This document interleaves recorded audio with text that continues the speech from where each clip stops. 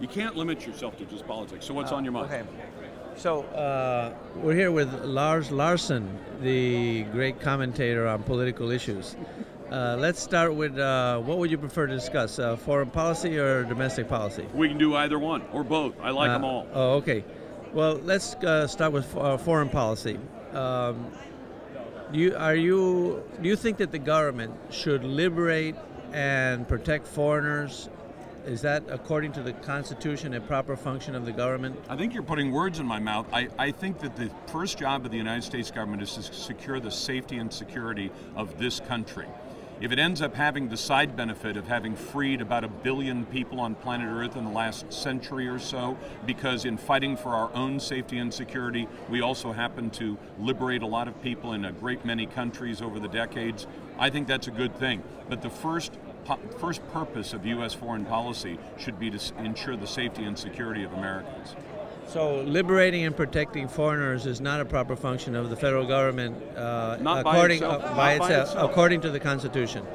Not yet. Right, That's but it's not one of the enumerated powers. No. It's not mentioned as one of the purposes. No, they don't say go and do good wherever you can, but they do say keep this country safe. It is the government's job to preserve my life, liberty, and pursuit of happiness. Okay. So when we went to Iraq to liberate and protect the Iraqis... We didn't go there to liberate and protect the Iraqis. Don't put words in my mouth. But did Bush say that we did? Bush said that it would have that effect, but a lot of times good things that you can do also have good things that play elsewhere. I have a radio show.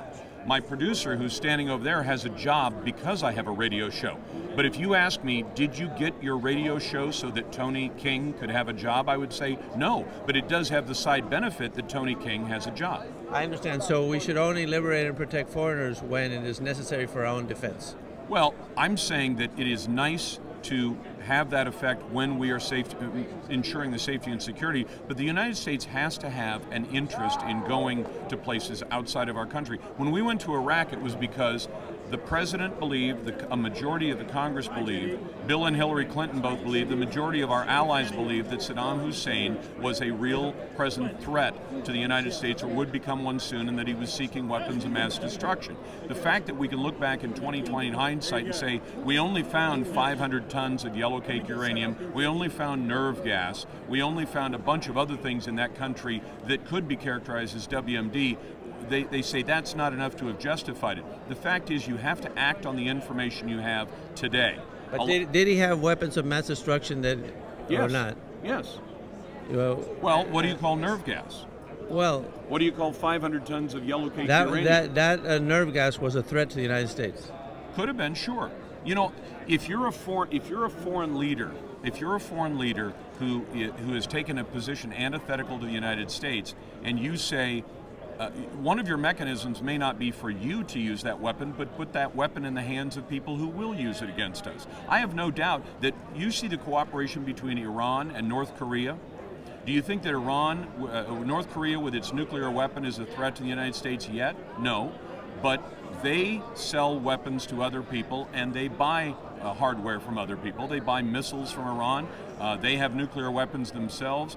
I don't think you can look at it as discrete little items and say, was he at that time planning to attack the United States of America? So all the headlines that said that we searched for the weapons of mass destruction and we didn't find them, they're mistaken. They're written by liberal headline writers who apparently considered that 500 tons of Yellow Cake uranium, I keep repeating that. Yellow Cake uranium is a threat to someone? Eventually it can be.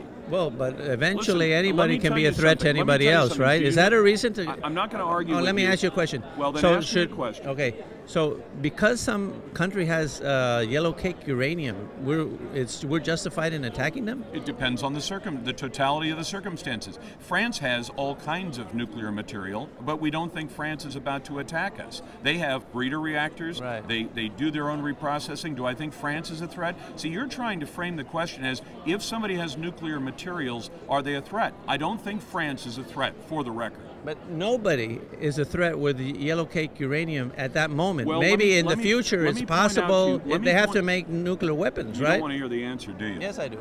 Do you remember the 12 words in the State of the Union address that became a huge cause celeb, so much so that they sent Joe Wilson to Iraq, to Niger, to investigate whether or not there had been an attempt by Iraq to purchase Yellow Cake uranium. And the left said, you see, it was a lie. Well, it turns out that Joe Wilson found out when he got to Niger that Iraq had tried to buy Yellow Cake uranium. So if that was an issue of national security, that the president would mention that an attempt to buy Yellow Cake was a threat to the country, then is owning 500 tons of it a threat? Yes, I would say it is. Okay, so hold on. Let me give you another. Let me ask you. I want to answer this. I want to understand the principle. Go ahead. So, if another country has Yellow Cake uranium, then we are justified in attacking them.